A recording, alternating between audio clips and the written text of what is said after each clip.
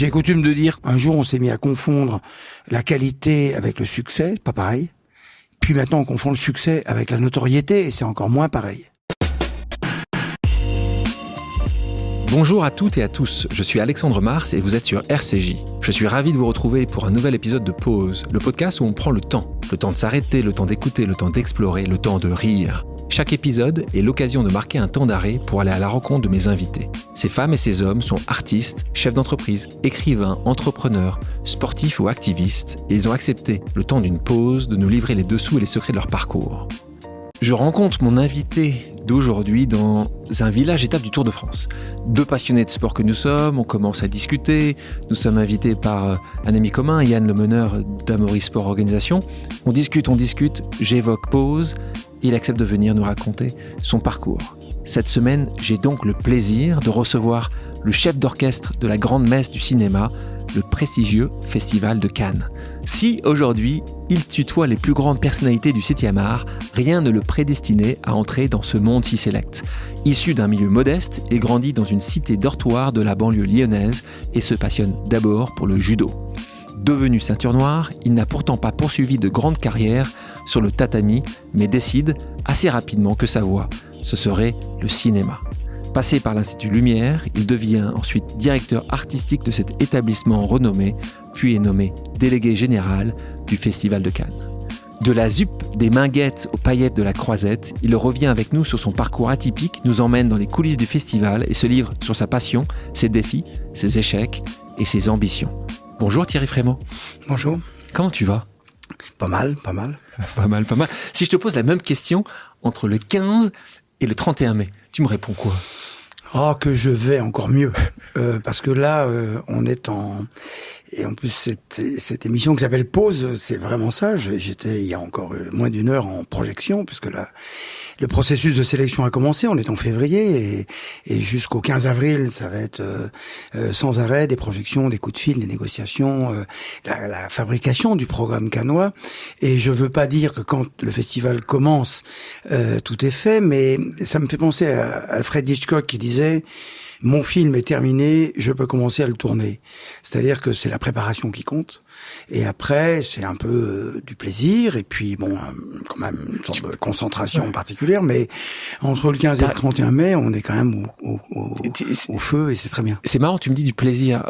Parfois, et moi je vois cette année, on a un grand événement chez Epic, une fois par an, dans différentes villes du monde. On présente ce café Epic, on a des centaines de personnes qui sont là, on n'a pas des dizaines de milliers, mais des centaines et des centaines. Et je sais que depuis quelques années, j'essaie d'avant d'aller sur scène, de me dire, profite de ce moment-là.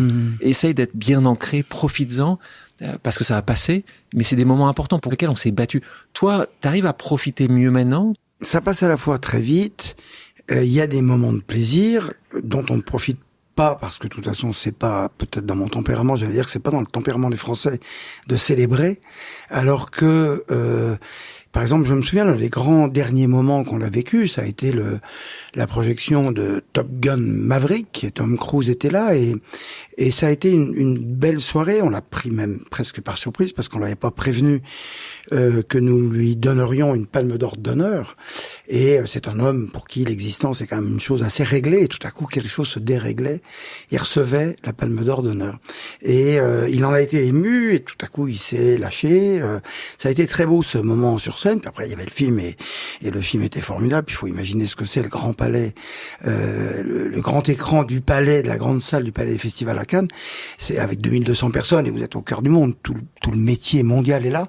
Ça a été un moment formidable, mais qui nous a mis quand même genre 25 minutes en retard, et moi je pensais à la séance d'après en disant merde, alors donc tu profitais pas autant de ça, donc oui, et puis juste après quand même, si ce matin j'ai reçu un petit mot de Martin Scorsese. Donc depuis le mois de mai, on s'est croisés il y a pas longtemps aux États-Unis, mais depuis le mois de mai on n'avait pas vraiment reparlé de ça, et tout à coup recevoir un petit mot de lui. Là on parle de une de tes 3, 4, 5 idoles. Oui, c'est ça, et donc si à long terme on profite. On en parlera plus tard, mais toi qui as grandi dans un milieu modeste, tu trouves que t'es arrivé quand tu dis tiens, j'ai reçu un texte de Martin Scorsese, tu dis juste waouh. Non, ils sont comme nous. C'est-à-dire Scorsese, à un moment, j'ai une tradition. Ça, il mange, il va aux toilettes, c'est ça que tu veux dire? Oui, c'est un humain. Non, puis il a ses moments de doute. C'est pas qu'un chemin de gloire pour personne. Et chacun se doit dire ça, qu'on reste jardinier dans le Perche, ou qu'on soit sur les marches du Festival de Cannes, on est tous là à fabriquer quelque chose qui ressemble à la vie en société. Bon, j'ai grandi en effet à la ZUP des Minguettes, mais c'était mon quartier. Il y a un truc très beau dans le documentaire qui s'appelle The Last Dance sur l'épopée des Chicago Bulls, où à un moment, l'un de ses coéquipiers, dont le nom me vient pas, dit « on était pauvres mais on le savait pas ». Et chaque fois qu'au fond une étape était franchie, d'abord, je le faisais pas pour franchir une étape. Tout ça s'est fait à base d'opportunités, de rencontres, et aujourd'hui, parler avec Tarantino, parler avec Sean Penn, pour prendre des stars avec qui je suis assez copain. C'est pour moi quand je parle avec mon boulanger, c'est un peu la même chose, c'est ça. Non, parce que je veux pas du tout jouer ça, mais non, mais c'est des camarades, quoi, c'est des copains. Donc, tu le disais, grandi en banlieue lyonnaise, Minguettes, 2 sœurs et un frère. Ton papa était ingénieur EDF. Ta maman s'occupait de vous, un milieu donc modeste. C'est quoi l'image que tu gardes de cette enfance ? C'est une enfance heureuse parce que c'était les années 60 et 70. Et quand on est arrivé aux Minguettes, j'avais 13 ans. Et vous venez d'où ? On venait d'une autre ville lyonnaise aussi, de la banlieue lyonnaise. Mais il y avait ce rêve. C'est-à-dire que les Minguettes, en gros, commencent dans les années 70.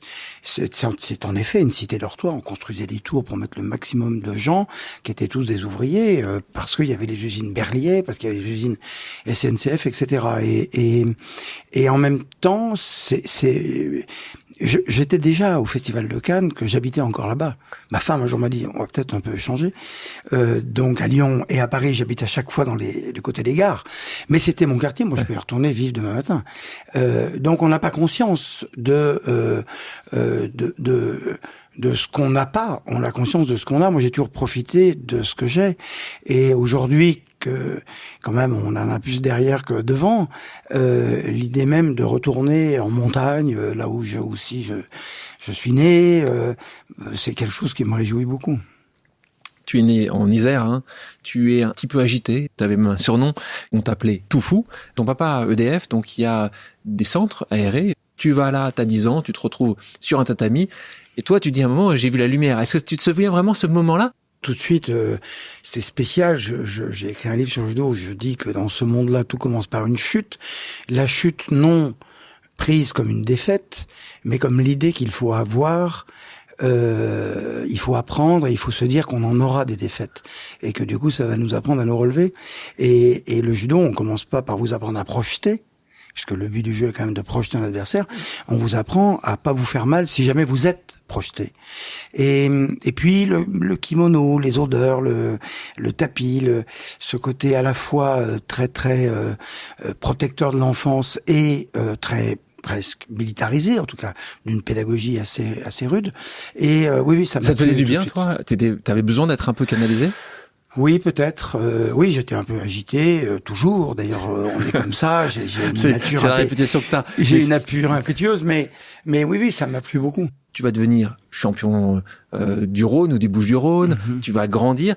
Et moi, quand j'étais jeune, j'ai rêvé aussi d'être athlète et de faire différents sports. Toi, tu te projetais à 15 ans, 16 ans, tu t'imaginais. Le judo a été mon métier, c'est-à-dire que... T'as été professeur, t'as donné des cours. J'ai fait de la compétition, j'ai eu des blessures, donc j'ai arrêté. Mais tu espérais à 15 ans dire, je vais être champion du monde? T'avais cet espoir-là? Non, je crois pas. Je crois pas. Parce que t'as trouvé qu'il y avait des meilleurs que toi? Il y a ça, on trouve toujours les meilleurs que soi. Mais non, j'ai fait quelques résultats pas mal, mais rapidement le championnat lyonnais. Oui, ça c'est les championnats départementaux, locaux, interrégionaux. Oui, t'es le meilleur de ta catégorie. Voilà. Et puis après sur les tapis nationaux à Coubertin, et je suis resté très copain avec Thierry Ray. Lui, il était chez lui, c'était un Parisien, c'était le prince de Coubertin, quoi. Et nous, on avait peur, on était des petits Lyonnais. T'étais dans sa catégorie? Oui, enfin quand après on a été, il est un chouïa plus âgé que moi, mais oui, on était globalement dans la même catégorie. Et champion olympique à Moscou, Thierry Ray. Champion olympique, champion du monde. Et moi, j'étais déjà, je savais déjà que ma vie m'emmènerait vers le cinéma, vers quelque chose qui était de l'ordre de la vie intellectuelle, quoi. Thierry, on parle de cinéma.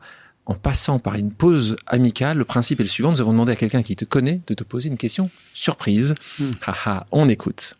Salut Thierry, je voudrais te parler de deux de tes souvenirs d'enfance mémorables. Et donc voici ma question. Enfant, ton plus gros émoi cinématographique, c'était Blanche-Neige ou La Chevauchée Fantastique? Ronald Van Kim, Et tu es obligé cofondateur de de choisir. Brut, que tu connais, producteur, entrepreneur, très proche depuis des années, par son passé Canal+, aujourd'hui de Brut, de toi et du Festival de Cannes, te pose la question. Ton premier émoi cinématographique? Je vais choisir en disant que c'est les deux. C'est-à-dire, comme enfant, et donc comme l'idée de rentrer tout à coup dans une salle où il y a du monde, c'était à Brunoy, dans la banlieue parisienne, où mon père avait été muté à Paris, et c'était Blanche-Neige, comme tous les gosses. Aujourd'hui, ça va être Pixar, ça va être Miyazaki, mais nous, c'était Walt Disney. Et puis, le vrai premier choc cinématographique, c'est La Chevauchée Fantastique, et c'est en plus quelque chose qui, je crois, m'a marqué pour toujours. C'est-à-dire, c'est évidemment cette espèce de zoom avant qui se fait quand John Wayne arrive et fait un tour avec sa Winchester, mais c'est, je crois, la légendaire poursuite dans le désert de Monument de Valley avec les Indiens. Et avec tout de suite, à la fois, on était du côté des héros et du côté des blancs menacés, mais j'étais aussi un peu du côté des Indiens. Je trouvais quand même que ces Indiens étaient, ma foi, assez valeureux et puis qu'ils avaient raison de. Et je gardais une passion intacte et pour John Ford et pour le western en général. Donc, merci Renaud pour ta question. Donc j'ai lu que ton papa, et tu en parlais là, était aussi cofondateur d'une des premières radios libres associatives. Il faut bien imaginer ce qui est à l'époque. À l'époque, tu n'avais que des radios d'État nationales. Donc soit tu allais des radios périphériques pour que ça soit périphérique en dehors de la France pour qu'elles puissent émettre sur des longues zones. Donc c'est comme ça que les RTL sont les RMC et autres.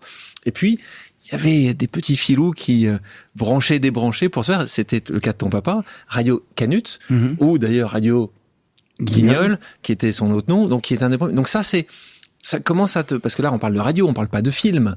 Donc c'est quoi? C'est le côté artistique de ça? Ouais, alors d'abord, mon père, on a très peu d'écart, on a 20 ans d'écart, et c'était un militant politique. PSU, donc PSU, donc rocardien, puis ensuite continuation PSU, et la question des radios libres, on appelait ça comme ça à l'époque. Ouais. Bon, aujourd'hui, il faut imaginer que ça n'existait pas, qu'il y avait en effet que les radios commerciales dont tu parles, et puis les radios d'État, et on n'avait pas le droit d'émettre.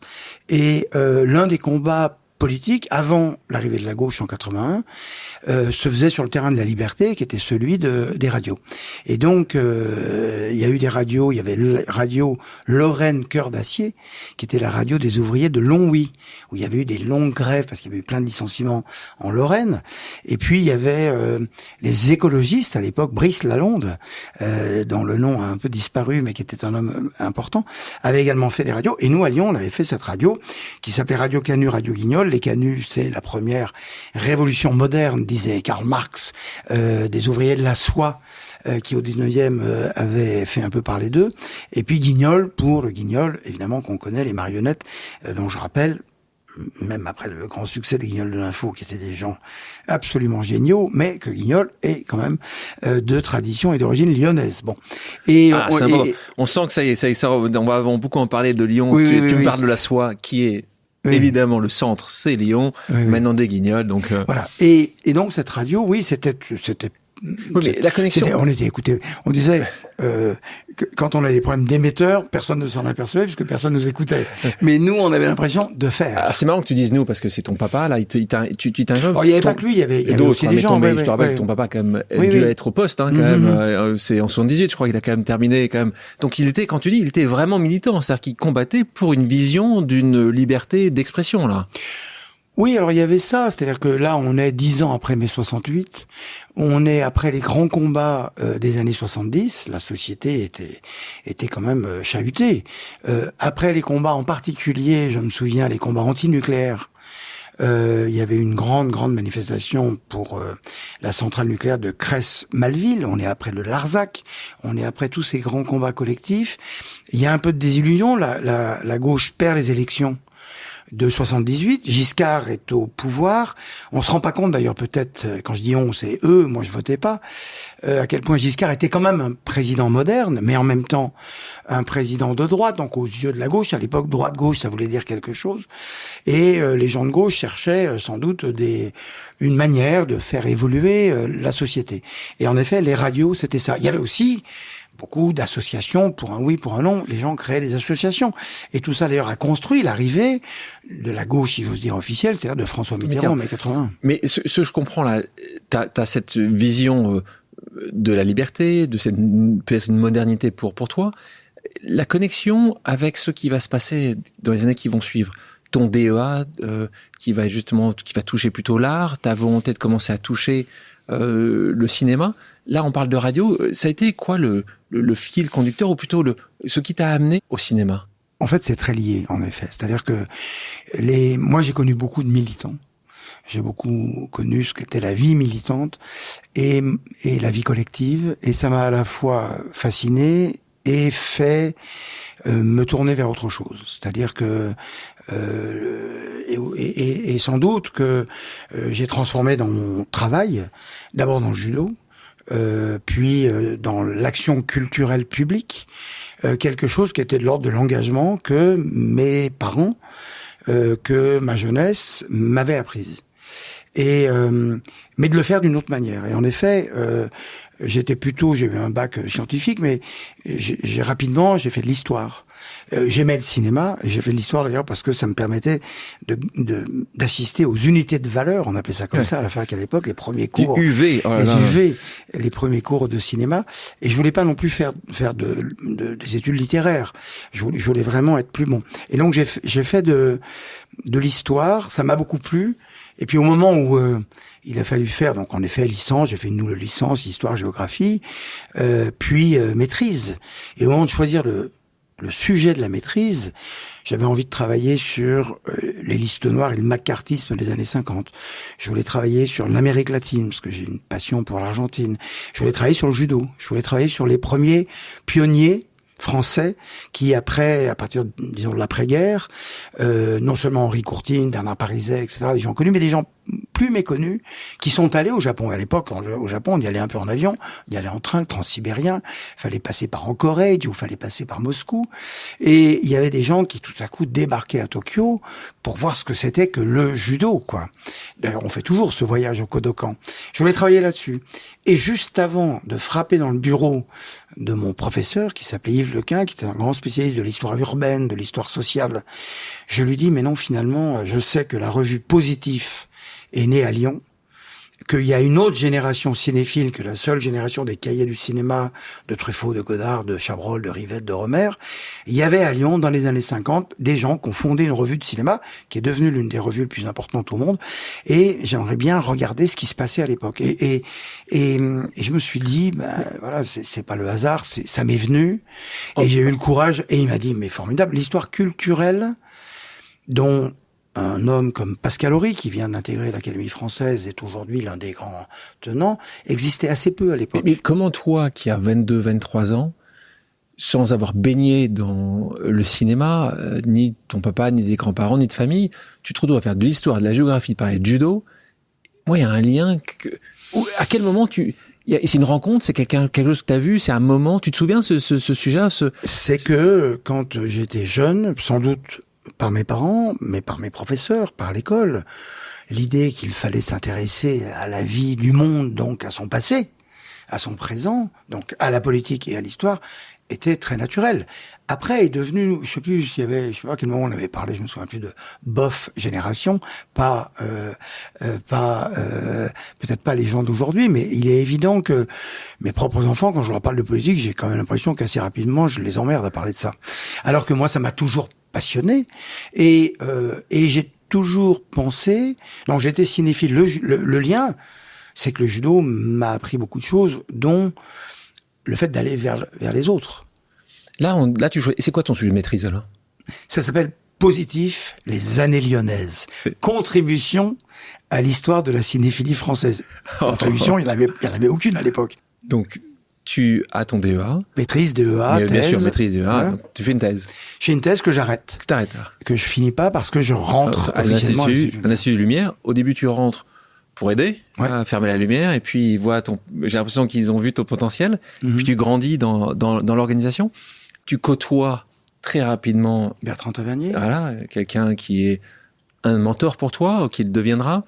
Tu te dis à un moment ou à un autre, un peu comme quand tu fais judoka. Tu viens judoka, tu fais les ceintures, tu es noir et à un moment tu dis, je peux être moi-même champion d'Europe, champion de France. Là, tu t'es dit à un moment, je peux réaliser. Tu t'es posé cette question-là. Alors, je pense que tout cinéphile a envie. Ouais. Et Georges Simenon disait, n'importe qui a un roman en lui, une histoire à raconter en lui, ou un imaginaire à lui.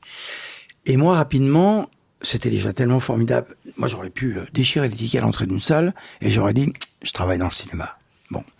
Et là, j'étais bénévole. Donc, bénévole, il n'y avait aucun risque. Et tout de suite, j'ai assisté pour Radio Canu à la conférence de presse de Bertrand Tavernier qui dit, on va faire un truc qui va s'appeler l'Institut Lumière. Et je suis allé voir tout de suite pour dire, vous avez besoin de gens.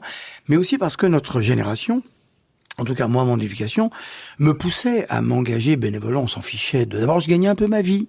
Maintenant, je peux le dire parce qu'il y a prescription, parce qu'on était payé un peu de la main à la main, tout à coup. Quoi? Les présidents de club vous donnaient 50 francs par-ci, 100 francs par-là. Et là, c'était la journée était faite, quoi. Oui, voilà. Et donc, et puis j'ai rapidement, pour faire ma thèse, j'ai eu une bourse du CNRS. Et donc l'argent n'était pas la question. Ouais. Et en plus, on travaillait un peu l'été, ça nous suffisait pour toute l'année. Les appartements étaient pas chers, on habitait. Oui, mais pour réaliser, ça coûtait très cher à l'époque. Alors après, c'est pas avec un téléphone. Après, je me dévoue à l'histoire du cinéma, donc à ceux qui ont fait les films. Aujourd'hui, par exemple, les gens continuent, à mon âge, de me dire, mais t'aimerais pas faire un film? Et là, je peux répondre. Je dis, après que je juge chaque année avec mes camarades des comités de sélection, 2000 films par an, je vais arriver en disant, et le mien, comment vous le trouvez? Je peux pas. Bon. En revanche, j'ai fait un long métrage documentaire autour des Lumières, mais et j'en fais un deuxième là. Mais non, rapidement, j'ai compris que ma vie était pas celle-là. Et quand je disais que Martin Scorsese m'écrit ou que ils me disent des gens comme moi, je vais pas jouer moi, mais on a besoin de toi, me disent-ils. C'est-à-dire que le cinéma a aussi besoin de gens qui sont partout, par exemple en France, des exploitants, partout dans le monde, des gens qui sont des directeurs de festivals. Et un artiste a besoin de ça. Alors moi, j'ai pas mis le pied là-dedans, j'aurais pu, et je l'ai pas fait, et après c'est trop tard. Une fois que tu diriges le Festival de Cannes, quoi que tu fasses dans la vie, presque, on n'a plus aucun mérite de rien parce qu'on est au Festival de Cannes.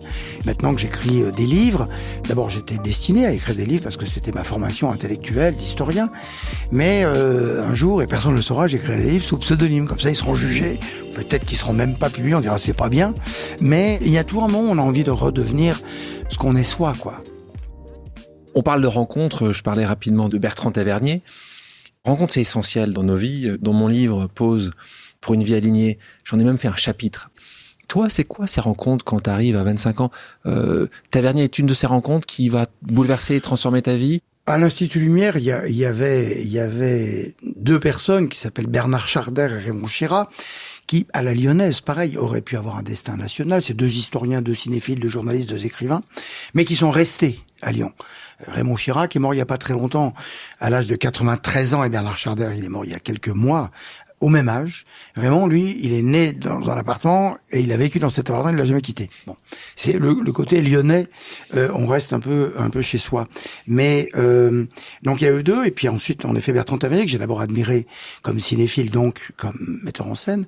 Et puis avec qui, oui, j'ai d'excellentes relations avec mon propre père, mais il a l'âge de mon père et il avait l'âge de mon père parce qu'il n'est plus là. Mais oui, rapidement, il y a quelque chose de l'ordre du mentorat et d'un rapport. Et moi, je suis très sensible à ça. On revient au judo, à la notion de cadet et d'aîné. C'est le respect, en fait, que tu dis. C'est l'apprentissage et le respect en même temps. L'apprentissage, le respect, l'idée qu'on vient pas de nulle part et que après nous, il y aura. Faut arrêter de penser qu'on est seul au monde, quoi. Seul au monde et seul dans la vie. C'est-à-dire que, d'où l'histoire. Moi, j'aime lire des livres d'histoire. J'aime savoir ce qui s'est passé avant nous. Je dis même que je lis beaucoup quelqu'un comme Régis Debray. Régis Debray, il a 20 ans. il pouvait pas, il est né en 40, dans ces eaux-là, donc il a pas fait la guerre. Donc dans les années 60, quand il a 20 ans et que c'est les guerres de libération partout et que c'est les guerres d'indépendance et puis c'est le mythe, le romantisme de Cuba, de Che Guevara, de Castro, il va là-bas. Il va là-bas parce qu'il a besoin d'eux. Eux, ils sont admiratifs des gens de la résistance. Et nous, on grandit dans les années 70, on est admiratif peut-être des gens qui ont fait 68. Qu'on fait mai 68, même si aujourd'hui l'image et la réputation de mai 68 est tout à fait discutée, à juste titre d'ailleurs. En tout cas, il est important de la discuter. Mais n'empêche qu'à l'époque, c'était une révolution extraordinaire dans le pays. Bon, et parfois, moi, j'ai le sentiment, j'ai pas aimé les années 80. Les années 80 deviennent l'autre chose, les années fric, les années pub, les années ci, les années ça. J'ai le sentiment que nous, notre génération, on a admiré ceux qui nous précédaient. Et peut-être qu'on est un peu la dernière génération à ça. Mais aussi parce que on est entre deux, c'est-à-dire que nous on n'a pas fait 68 et on n'a pas été dupe des années fric d'après. Alors on s'est retrouvé un peu au milieu du gué. J'entends les gens nés pour ceux qui nous écoutent, entre 56 et 64, entre 57 et, enfin bref, moi je suis né en 60, les gens nés autour de 1960.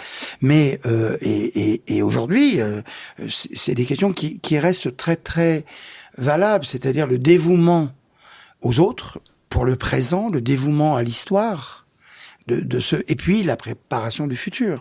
Et donc on reste au cœur de ça. Et quelle est notre place là-dedans? Et moi, on m'a appris, par le judo en particulier, par la cinéphilie aussi, on m'a appris à penser que on était là pour servir, quoi. On va parler d'une autre personne qui a été importante dans ton parcours, Gilles Jacob, qui à ce moment-là au Festival de Cannes, qui t'appelle pour être délégué artistique du Festival de Cannes. Là, c'est le timing, c'est le destin. Tu avais refusé juste avant une place à la Cinémathèque. Tu avais refusé en pensant que tu allais avoir quelque chose d'autre qui allait arriver. Tu avais refusé parce que le poste ne te plaisait pas. Tu crois, toi, au timing? Tu crois au destin? Disons que d'abord, dans ce pays qui est extraordinairement centralisé, tout finit toujours à Paris, et les gens qui ont un fort sentiment provincial, ce qui est mon cas, mais aussi parce que je vis avec des New-Yorkais qui se fichent de Washington ou des gens de Los Angeles qui se fichent de New York. Et en Italie, il y a Milan, il y a Rome, il y a Naples, on est quand même ce pays très centralisé, enfin beaucoup trop centralisé. Donc sûr. On sait qu'on finit. Moi, j'avais refusé d'aller faire des études à Paris, d'aller faire des études de sport-études à Strasbourg, parce que je voulais pas quitter Lyon. Et donc quand on c'est ça. Toi, tu voulais pas non plus beaucoup bouger, hein. Je voulais pas beaucoup bouger parce que je peux pas m'éloigner du Vercors, de la Meige, des montagnes, bon. Mais aussi parce que j'avais le sentiment que si on s'en va tous, on fait quoi alors? Et donc j'étais déjà à l'Institut Lumière, j'étais déjà le directeur de l'Institut Lumière. J'avais le sentiment que la tâche n'était pas achevée, qu'il y avait encore beaucoup à faire. J'y suis toujours, et il y a toujours beaucoup à faire. Et je refuse la Cinémathèque française parce que c'est Dominique Paigny qui était à l'époque le directeur et qui me dit: j'adorerais que tu puisses me succéder. J'en étais évidemment très touché, très honoré. Mais je lui dis non parce que c'est les deux mêmes. Et Tavernier me dit: fais pas cette connerie, n'y va pas. Bon. Et puis après, quand Gilles Jacob me propose Cannes, là Bertrand me dit: je peux pas lutter, je te laisse partir. Et je lui ai dit non, mais je vais pas accepter. Et puis Gilles Jacob a beaucoup insisté. Et du coup, on s'est mis d'accord pour que je puisse l'accompagner, aller travailler à ses côtés à Cannes. Et c'est auprès de lui que j'ai appris ce métier de directeur de festival et de directeur de Cannes, qui est presque un métier unique en soi. Tout en, c'était l'expression qu'on avait conservée, qui était garder un pied à Lyon. Bon. Et donc, je suis resté travailler à l'Institut Lumière, et puis j'ai travaillé à Cannes. Et donc, j'ai toujours pensé, et ne prenez pas ça pour une immodestie, mais qu'on viendrait me chercher. Pourquoi? Parce que tous mes copains de ma génération étaient tous rentrés, si j'ose dire, dans le privé, c'est-à-dire qu'ils avaient fondé des boîtes de distribution, de production. Et moi, j'étais un des rares à être resté dans l'engagement culturel public. Ce qui était le cas de Gilles Jacob. D'ailleurs, Gilles Jacob, dans sa jeunesse, il aurait pu devenir chef d'entreprise, mais il aimait le cinéma, il aimait écrire, il est devenu journaliste. Et puis un jour, pareil, on l'a appelé, on lui a dit: et le Festival de Cannes, ça vous dit? Et puis il est tombé amoureux de ça. Et il a fait pareil. J'aurais presque pu lui en vouloir d'être venu me chercher aujourd'hui. Évidemment, c'est grâce à lui que je me suis retrouvé là. Mais il y avait cette idée-là, l'idée que je continuait ce même travail d'engagement public. Merci à Gilles Jacob. Et puis, j'aime bien quand tu dis, tu pensais qu'on allait t'appeler. Donc, t'as toujours ça se voit quand je te vois, quand tu parles, t'as l'air, alors parfois c'est une façade, hein, t'as très sûr de toi, t'as l'air, parce qu'il n'y a pas d'autre choix pour réussir quand tu viens des Minguettes de montrer que tu y arriveras, Non. Le front haut, non. Non. En plus, les Minguettes, après, ont eu une réputation mais non, c'est juste sulfureuse, modeste. Tu ouais. n'étais pas, excuse-moi, soyons clairs, tu n'étais pas quand même destiné, vu ton parcours, vu la famille, vu la prédication sociale, on parle oui. à être aujourd'hui en train de nous parler en étant directeur du plus grand festival au monde. Oui, d'ailleurs, moi, j'ai passé une grande partie de ma jeunesse, jusqu'à l'âge de presque 30 ans. On est tous partis très tôt de chez nos parents, on s'est tous mariés très tard. Donc avant, on a eu une belle jeunesse. Et moi, je vivais avec 6 garçons. On était 7 mecs dans un même appartement. On partait tous les étés en voyage. À Lyon, donc. Hein. On était à Lyon, aux Minguettes. Et on partait au Cap Nord, on partait en Afrique. On a traversé le désert, on a failli mourir, on s'est perdu. On est allé en Patagonie, on a mis un camion sur un bateau qui nous a emmenés à Buenos Aires, etc. Bon, on vivait tous ensemble. Et c'est vrai que mes camarades de l'époque, que je vois toujours, étaient assez intello. À nous tous, on était quand même très branchés, tout.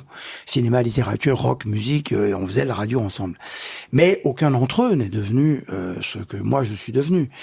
Parce que Quand tu l'expliques, c'est la prédestination sociale? Non, c'est le cinéma. Enfin, moi, non, parce que mes frères et sœurs auraient pu être ça aussi. Non, moi, j'ai eu un truc avec le cinéma, quoi. Oui. Et j'ai fait les rencontres dont on a parlé, dont tu parles. C'est-à-dire, Bertrand Tavernier, mais après, pas seulement, Claude Miller, des gens qui ont porté sur moi le regard bienveillant dont j'avais sans doute besoin à un moment pour continuer. Tu travailles plus que les autres. C'est quoi pour toi? Moi, souvent, je dis, c'est que la réussite, c'est une goutte de talent dans un océan de travail. Est-ce que toi, c'était ça? Tu travailles plus que les autres ou comment tu définis, toi, cette réussite? Oui, je pense que je travaille beaucoup, je m'intéresse beaucoup à ce que je fais. T'es passionné. Et l'assurance que je peux avoir de moi-même ou des paroles que je prononce vient aussi que je sais de quoi je parle. Je réfléchis beaucoup à tout ça mais j'ai jamais eu d'ambition, et y compris, ça c'est un truc qu'on peut aussi aborder. Une fois que tu diriges le Festival de Cannes, quoi que tu fasses dans la vie, normal quand on est à Cannes. Donc presque, on n'a plus aucun mérite de rien parce que on est au Festival de Cannes. Et maintenant que j'écris des livres, d'abord j'étais destiné à écrire des livres parce que c'était ma formation intellectuelle d'historien. Mais un jour, et personne ne le saura, j'écrirai des livres sous pseudonyme. Comme ça, ils seront jugés. Peut-être qu'ils seront même pas publiés. On dira c'est pas bien. Mais il y a toujours un moment où on a envie de redevenir ce qu'on est soi, quoi. La vraie version de toi-même. Ouais. Pas la meilleure version de toi-même. Programmation des films, c'est comme ça que tu démarres. Donc, tu en parlais tout à l'heure. Donc, tu désignes des consultants, les membres des comités de sélection. Sur quoi ça se base? Tout à l'heure, tu nous disais que tu reçois des coups de fil, des coups de pression. Ça doit être quand même assez complexe, mais certainement, c'est une recette. Oui, mais on parlait tout à l'heure de folle. Gilles Jacob. Oui. Avant lui, il y avait un homme important qui s'appelait Robert Favre-Lebray. Et un autre homme qui est resté moins longtemps qui s'appelait Maurice Bessy. À eux tous, ils ont construit ce dont moi j'ai bénéficié. On revient à l'idée d'être délégataire. Ils ont construit le respect, l'image qu'impose le Festival de Cannes et qui fait que quand tu es délégué général du Festival de Cannes, si tu fais ça bien, et si on peut considérer que j'ai fait ça à peu près bien, ça fait quand même maintenant longtemps que je suis là, encore une fois, c'est parce qu'on m'a appris ce métier, mais c'est aussi parce que on le fait dans des conditions, ça, de respect, parfois des gens me présentent. Alors il y a évidemment des gens, des hommes, d'ailleurs des réalisateurs plus, qui se fâchent contre moi quand je prends pas leur film. Pour certains, c'est des fâcheries assez irrémédiables parce que la déception. Moi, je comprends. Ah oui, c'est leur bébé. Oui, la déception est énorme. Et moi, en plus, je fais très attention quand je refuse un film parce que eux, ils vont. Moi, je suis le premier à voir les films. Ils sont souvent dans des montages inachevés. Eux, ils vont devoir vivre un an avec leur bébé. Et donc, je vais pas leur dire, tu sais quoi, ton film là, tu peux te le garder. Je prends toujours beaucoup de précautions, mais je connais pas de bonne méthode d'annoncer une mauvaise nouvelle. Vous en sélectionnez combien par an? Alors, on en voit 2000 longs métrages. Ouais. Combien passe Et on les voit entre décembre et le 15 avril. Et au 15 avril, on rend la sélection officielle, qui est composée d'une 60aine de films, 20-22 en compétition, 20-22 pour la section jeune qui s'appelle Un certain regard, plus le hors compétition, l'ouverture, la clôture, les films de minuit. Une 60aine de films. Voilà, donc c'est t'as plus de 1900 personnes oui. qui, chaque année, voilà. te maudissent. Voilà. Sur 2000 films, je dis 1940 fois non, et seulement 60 fois oui. Qu'est-ce que vous avez loupé dans toutes les années que tu as eues aujourd'hui, lequel tu dis, waouh, celui-là j'ai loupé? Disons que c'est arrivé souvent, et j'ai même raconté, que l'un des films de Mike Leigh, le grand cinéaste anglais, à un moment, Mike Leigh, quoi qu'il faisait, son film était à Cannes. Et il y a eu tout un mouvement... Il y en a d'autres comme ça, hein. Il y en a quelques-uns, oui. Qu'on appelle les habitués. Ouais. Mais en même temps, comme en équipe de France, on prend Zidane ou on prend Mbappé, c'est-à-dire on prend les meilleurs. Bon, nous on prend les meilleurs, les grands cinéastes font les grands films. Bon, mais il y avait tout un truc, oui, il y en a marre, c'est toujours les mêmes, etc. Et je me suis laissé faire par ça, et tout à coup, l'un de ces films, qui je crois était Vera Drake, dans mon souvenir, je sais pas, on le trouve un chouïa en dessous de ce qu'il pouvait... Donc... opportunité magnifique, on va montrer qu'on est capable de tu montes dire, tes muscles. Voilà, ou de dire en tout cas, on va pas le prendre, on le prend pas. Le film est sélectionné très naturellement au festival suivant, qui était le festival de Venise. Et je vais, c'est des camarades, des collègues, et donc je vais à Venise, je suis présent à la cérémonie de clôture. Tiens, je vois Mike Leigh qui est là. Je dis, il doit avoir un prix. Tiens, la remise des prix qui se déroule de plus en plus, c'est toujours pas lui. Donc ça veut dire que les prix étaient de plus en plus gros. Tiens, finalement, le prix qu'il a, c'est qu'il gagne le Festival de Venise. Et quand il arrive sur scène, comme il m'a vu dans la salle, il me désigne. Il me désigne comme étant, pour me remercier très ironiquement, car en refusant son film à Cannes... il a pu gagner Venise. Il a pu gagner Venise. Bon, je l'ai pris, après on s'est retrouvés, on a repris d'autres de ses films. Maintenant, tu fais un peu attention. Tu dis, Lars von Trier et compagnie, vous les gardez. Non, l'idée, et ça Gilles Jacob l'avait dit tout de suite, l'idée c'est de faire ce qu'on a à faire, en sachant qu'on peut se tromper, et en assumant ses décisions. Qu'est-ce que tu sens que tu as fait différemment quand tu as été toi-même promu directeur général, délégué général pour être plus précis? Tu as changé quelque chose? Moi, c'est quelque chose qui m'avait amusé quand tu disais, j'adore, c'est vraiment des choses que tu dis, quand tu dis, je préfère un bon film commercial à un mauvais film d'auteur. Et ça, je trouve que venant de toi qui a cette responsabilité, c'est très honnête. C'est très honnête. Je pense que les gens n'ont pas dû vraiment tous l'apprécier, cette sortie. Si, parce que d'abord quand j'arrive, Gilles Jacob me donne ça comme mission, de réélargir le Festival de Cannes, d'aller chercher les studios américains. Le cinéma, c'est un tout. D'ailleurs, on dit souvent qu'à Cannes, à 19h, il y a les films plus populaires, et à 22h, il y a plus les films auteurs. Mais que les uns protègent les autres. Et qu'il y a une sorte d'équilibre. Et moi, je suis fait comme ça. J'aime autant le cinéma de Georges Lautner que le cinéma de Jean-Luc Godard. Je ne regarde pas l'un avec les mêmes yeux que pour regarder l'autre.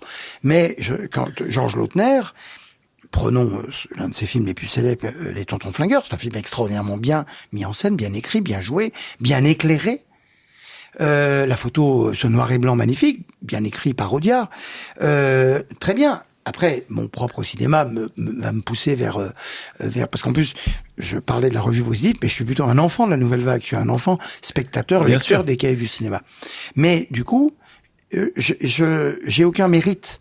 Et en effet, ça va, quand on connaît le cinéma, d'abord, on sait ce que c'est qu'un bon film ou pas un bon film, nonobstant les erreurs qu'on peut éventuellement commettre, mais surtout, tout à coup, je sais pas, le cinéma de Nakache Toledano, pour prendre une référence contemporaine, est un cinéma populaire dont eux vont dire que... Ils sont déjà à Cannes? Ils sont déjà venus à Cannes? Oui, ils sont déjà venus, bien sûr. Et justement, ça étonnait qu'ils viennent à Cannes. Mais c'est des cinéastes très importants. C'est quoi ton meilleur film de Nakache Toledano? Moi j'aimais beaucoup leur premier film quand ils étaient à l'époque pas connus, mais il est évident qu'aujourd'hui la trace qu'ils laissent, et en plus chaque fois avec un projet différent. Le Sens de la fête est un film dont je ne trouve pas qu'il soit mieux mis en scène que les autres, mais il y a quelque chose qui dépasse toute notion de mise en scène dans ce film-là. Et donc arriver avec ça, ou avec, je parlais de Top Gun tout à l'heure, ou le premier film que nous avons sélectionné, qui est le film de ma première ouverture, qui était Moulin Rouge de Baz Luhrmann avec Kidman, avec Ewan McGregor et tout ça. C'était ton premier. Oui. Waouh. Et tout à coup, je suis parti à Hollywood, cornaqué par Gilles Jacob depuis Paris. Il me dit, il faut ramener des films des studios. Et j'y suis parvenu, bon.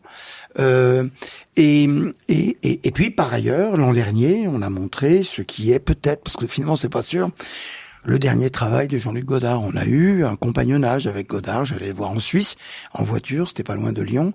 Et il nous faisait aussi confiance. Pour lui, Cannes était aussi la place de son travail. Et au fond, mon métier, c'est un peu ça. C'est de faire en sorte que Cannes soit le cœur du cinéma une fois par an. Pour nos auditrices et nos auditeurs qui ont envie de passer un peu de temps derrière toi, là, ça se passe comment à Cannes, tes journées? C'est millimétré 7h du matin jusqu'à 4h du matin, ça peut avoir un petit peu de flexibilité ou c'est absolument pas flexible? T'as les invités qui arrivent, il y a la cérémonie le soir. Ça se passe comment ces journées? Oui, non, c'est pas flexible. Rien ça flexible. Se passe, en gros, t'es le second maire de Cannes ma pendant vraie 15 jours. journée, c'est 9h, 3h. 3h. Il faut au moins dormir 5 heures. En dormant moins de 5 heures, on est même physiquement fatigué, on a mal aux jambes, etc. Bon, moi, pendant Cannes, je tiens sur l'énergie.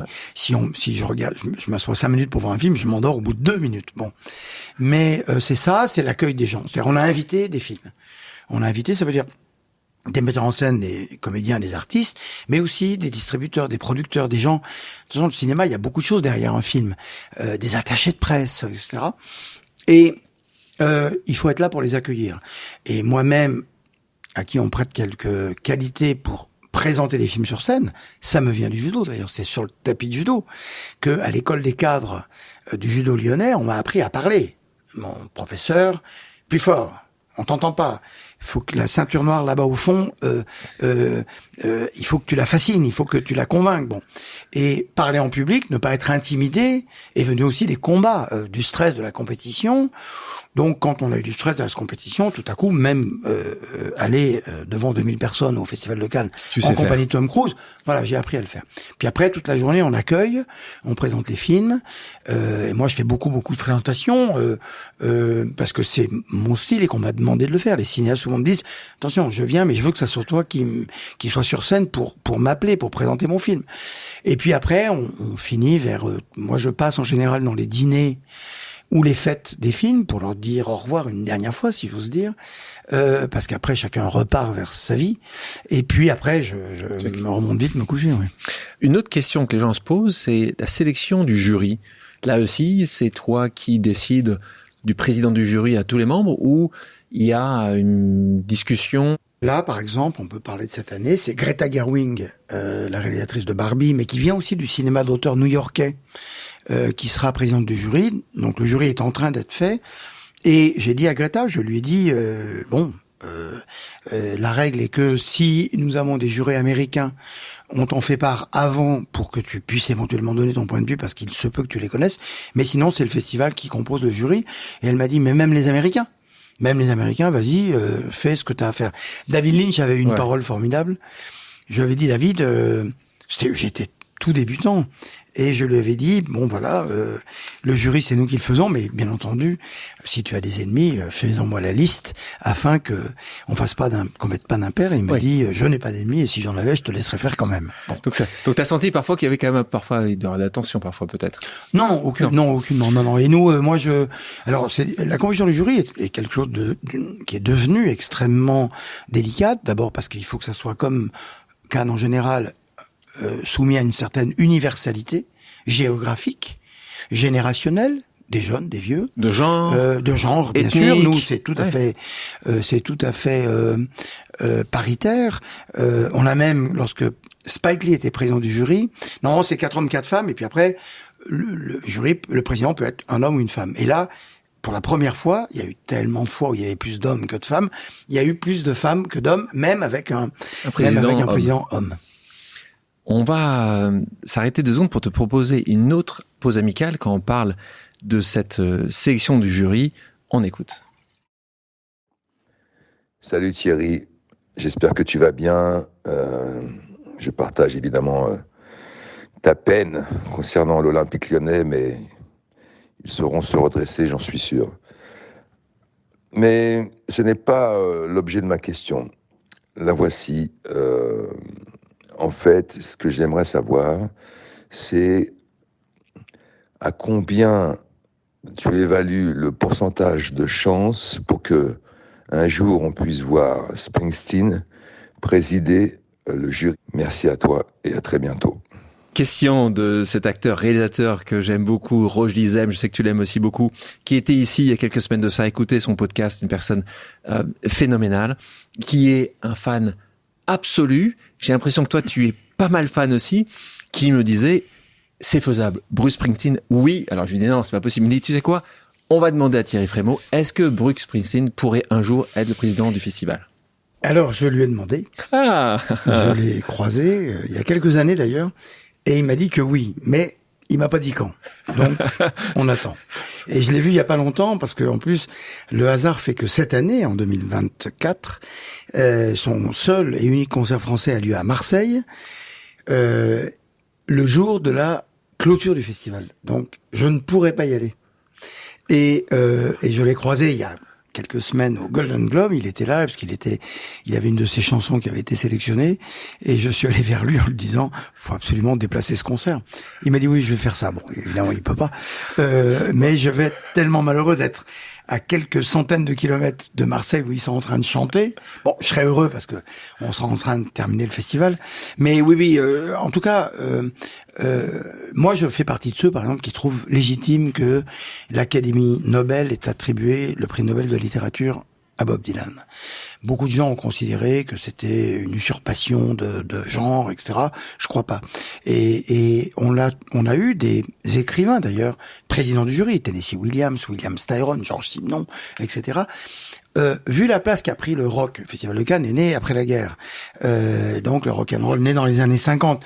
Et le rock a été important, et la musique populaire, on va dire ça comme ça, très importante. Il serait pas incongru de demander à Mick Jagger, à Bruce Springsteen, donc, d'être présent. Surtout que Bruce est très cinéphile, premièrement. Deuxièmement, il est l'un des rares, pour pas dire le seul et unique, dont l'une de ses chansons a servi de scénario, mais de manière extraordinairement fidèle. C'est Highway Patrolman, qui est devenu le premier film de Sean Penn, Indian Runner. Il a pris véritablement son scénario dans les paroles de la chanson de Springsteen. Et puis, il a écrit beaucoup de très très belles musiques, donc il est le type parfait. Tu sais que Rochdy ne loupe aucun concert de Bruce Springsteen quand c'est en Europe, donc on va demander à Rochdy ce jour-là d'aller à nouveau le voir à la fin du concert, lui demander de venir. Ce serait assez exceptionnel de pouvoir le faire. On continue à parler d'évolution. Là, je te parle de l'Académie des Oscars qui a annoncé qu'à partir de 2024, pour être éligible à l'Oscar du meilleur film, tu le sais, mais c'est important que les gens qui nous écoutent le savent, un long métrage devra soit avoir comme acteur principal ou second rôle une personne issue d'une minorité ethnique sous-représentée, soit avoir un casting composé de 30% de personnes issues de groupes sous-représentés.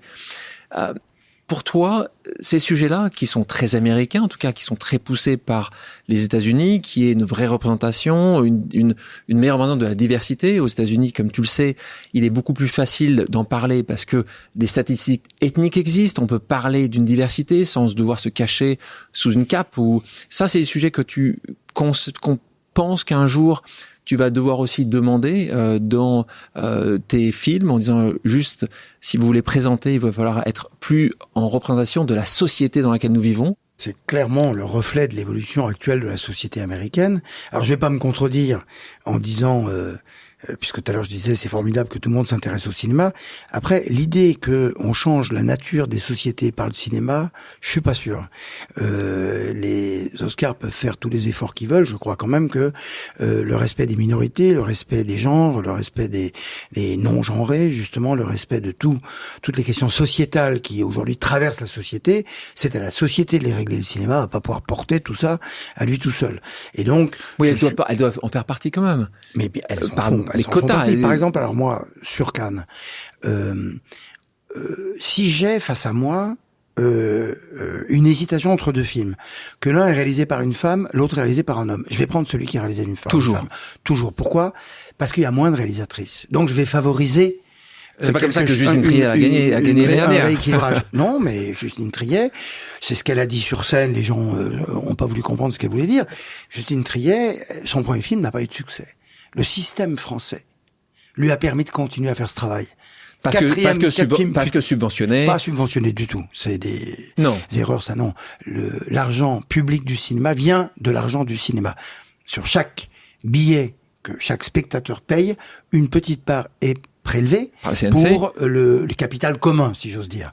Il y a bien entendu des régions qui subventionnent, mais en l'occurrence son film financé par la région Auvergne-Rhône-Alpes. Comme par hasard. C'est une part de coproduction.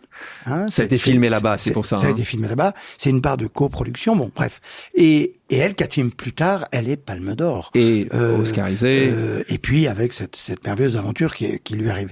Et donc, si j'hésite entre un film français et un film ivoirien, je vais choisir le film ivoirien. Parce que dans le cinéma français, on a beaucoup. Le cinéma ivoirien est un cinéma beaucoup plus rarement montré. Donc, il est important. L'universalité caractérise le Festival de Cannes depuis toujours. Alors, l'universalité, avant, c'était beaucoup Europe, Hollywood et pays de l'Est. Dans les années 50-60. Bon. Et puis ensuite, Cannes a décidé de choisir. Le festival choisissait lui-même ses films. Avant, c'était les pays qui envoyaient les films. Donc, dans la grande époque stalinienne, c'était les grands films staliniens. On n'avait pas imaginé que l'Iran ou la Russie va envoyer des films opposés au régime en place actuellement. Or, on sait aussi que l'art en général, et je vais pas parler de Mandela. Bien sûr, doit un peu combattre le système existant. Évidemment. Et pour terminer, donc nous, cette universalité, cet universalisme, c'est de l'ordre de la philosophie du vivre ensemble. Donc, on est là où nous sommes, mais il va y avoir une merveilleuse aventure en France qui sont les Jeux Olympiques, c'est la même chose. Après, il faut veiller à ce que tout ça soit respecté. C'est plutôt quelque chose du cadre du soft, c'est-à-dire que si t'hésites, s'il y a deux aussi bons films, tu vas plutôt aller vers celui qui va être sous-représenté. C'est un peu ce que tu dis aujourd'hui. Tu penses aller un cran plus loin, pas forcément. Je peux pas aller un cran plus loin. Et sur la question, par exemple, eux le font, mais c'est pas le même métier quand même. Et puis nous. Pourquoi c'est pas le même métier? Parce que eux, ils prennent des œuvres déjà existantes, qui ont déjà été validées, et puis c'est un choix collectif, alors que nous, c'est un choix subjectif. De films qui n'ont pas encore eu, ils sont pas encore sortis. Et de films qui n'ont pas encore été vus, pas encore sortis. Et puis nous, il y a une chose, y compris sur la question, par exemple, de la parité, de la place des réalisatrices à Cannes, c'est que tout le monde respecte d'abord notre goût, tant qu'on en a, et savent que nous respectons les œuvres. J'ai coutume de citer Agnès Varda, avec qui j'étais très très copain, et qui me disait « Promets-moi de ne jamais prendre un film parce qu'il est réalisé par une femme. » Et je lui avais dit ça, je lui avais dit « Agnès, si j'hésite, elle me dit ça d'accord. Mais sinon, tu fais pas de discrimination positive à prendre, si j'ose dire, un film moins réussi. Il faut que les femmes soient traitées comme les hommes. » On revient à Françoise Giroud. L'égalité, ça sera quand on dira à des femmes qu'elles sont incompétentes. Bon.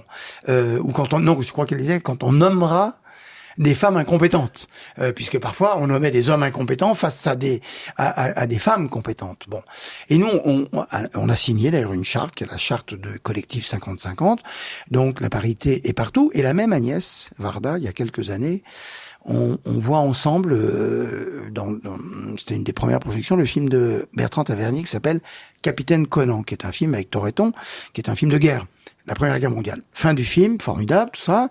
Ça va Agnès, t'as aimé? Oui, j'ai beaucoup aimé. Là. Puis après, elle me dit, c'est quand même un film de garçon. Hein. Bon, genre, oui, les garçons font les westerns, il y a les femmes qui font des westerns, mais font les films de guerre, etc. Et c'est là que, à y repenser, quand j'ai pu avoir la possibilité de recomposer un peu les comités de sélection, on a mis la parité aussi parce que le regard féminin n'est pas le même.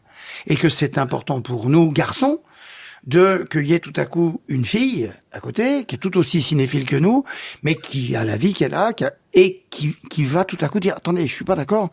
Et qui est plus représentatif, de nouveau, de la société. C'est ce que tu dis. Voilà, et je ne crois pas qu'il faille passer par ailleurs par des espèces de règles qui sont immédiatement cassées par des exceptions. C'est le principe, d'ailleurs. C'est une dérogation. Dans quelques années, dans longtemps, quand tu passeras la main, ça pourrait être une femme? Oui. Ça devrait être une femme? Presque, oui. Je suis presque à deux doigts de dire que ça devrait être une femme. Il faudrait que ça soit une femme. Il y a d'ailleurs tout autant que les garçons. Et d'ailleurs Pierre Lescure, qui était président du Festival de Cannes, a pris une double décision. Il a dit premièrement, je m'arrêterai 1 an avant la date prévue pour montrer que je ne m'accroche pas. Et deuxièmement, je souhaite que ce soit une femme qui me succède. En parlant d'une femme, une dernière question sur le festival. Quelqu'un qui t'apprécie beaucoup, qui représente encore, en tout cas pour moi et pour beaucoup, le cinéma en France. On l'écoute. Bonjour Thierry, c'est Isabelle Giordano. Merci d'abord pour tous les beaux films que tu nous fais découvrir chaque année à Cannes et encore récemment de Zone of Interest. Merci Alexandre de me permettre de poser enfin cette question à Thierry. Les gens ne savent peut-être pas qu'il y a une grande et belle salle en bas des marches du Palais où tu organises des déjeuners tous les jours et où tout le monde se rencontre et tout le monde se mélange, acteurs, réalisateurs, actrices, venus de tous les pays. Et parfois, ça fait de sacrés mélanges. D'ailleurs, moi, ça m'a permis de déjeuner en face d'Alain Delon. Merci encore. Mais je voudrais savoir, dis-nous tout, quelle est la rencontre la plus improbable qui se soit passée? Parfois, effectivement, ça peut être assez surprenant au cours de ces déjeuners en bas du Palais. À bientôt. Question d'Isabelle Giordano, journaliste qui a représenté, je le disais, pour Canal+ pendant des années et des années, cette touche féminine qui posait des questions brillantes et qui était très appréciée, qui aujourd'hui est à la tête de la fondation de la BNP Paribas. Ce que j'allais dire, qui fait ce travail-là. Alors, tu as eu des moments où tu dis juste, ces deux personnes n'auraient pas dû se rencontrer ou n'auraient pas forcément pu se rencontrer. Oui, mais même à l'intérieur du cinéma. Ouais. Des gens... D'abord, par exemple, quand Tim Burton est président du jury, avec son jury, ils remettent la Palme d'Or à Apichatpong Weerasethakul, c'est-à-dire le cinéaste thaïlandais qui fait un cinéma extrêmement radical. Et cette année-là, Tim sortait d'un des plus gros succès. Je ne me souviens plus lequel. En tout cas, un gros. Donc, l'homme qui avait le plus de succès venait de récompenser celui qui en avait le moins. Mais tout à coup, et c'est ça qu'on voit tout le temps, des gens récompensent des films ou des œuvres ou un cinéma qui ne leur ressemble pas. Ce qui est aussi une marque de respect. C'est-à-dire, je t'admire parce que tu sais faire quelque chose que je ne sais pas faire. Quand bien même je m'appelle Tim Burton. Mais, par exemple, la rencontre, puisqu'elle parle de la zone d'intérêt, la rencontre entre Steven Spielberg et Claude Lanzmann, puisqu'il y avait eu des échanges par journaux interposés, sur la question de comment filmer la Shoah. Et l'un fait Shoah, l'autre fait Schindler. Et celui qui fait Shoah dit Schindler, je suis pas sûr que c'est comme ça qu'il faut faire. Et qu'on a d'ailleurs fini par accuser à tort Claude Lanzmann de s'approprier ces questions-là, pas du tout. Et Steven Spielberg qui lui dit, mais je suis content de vous rencontrer parce que ce que vous avez dit sur mon film m'a fait beaucoup réfléchir, en effet, sur les questions d'éthique de l'image. Je croyais avoir résolu certains problèmes. Je les ai pas tous résolus et c'était fascinant, la conversation entre les deux. Tout ça pour dire aussi que Jonathan Glazer, dans la zone d'intérêt qu'on voit cet hiver, est aussi quelqu'un qui s'est posé la question de comment aborder aujourd'hui la Shoah, que quasiment plus de survivants existent et que il s'agit maintenant de traiter cette question-là autrement que par le documentaire et toujours un peu par la fiction. Je vous propose maintenant une pause musicale. Thierry, quelle est ta chanson culte? L'une de mes chansons préférées est sans doute Thunder Road de Bruce Springsteen. Ah tiens donc. Et donc on en écoute un extrait.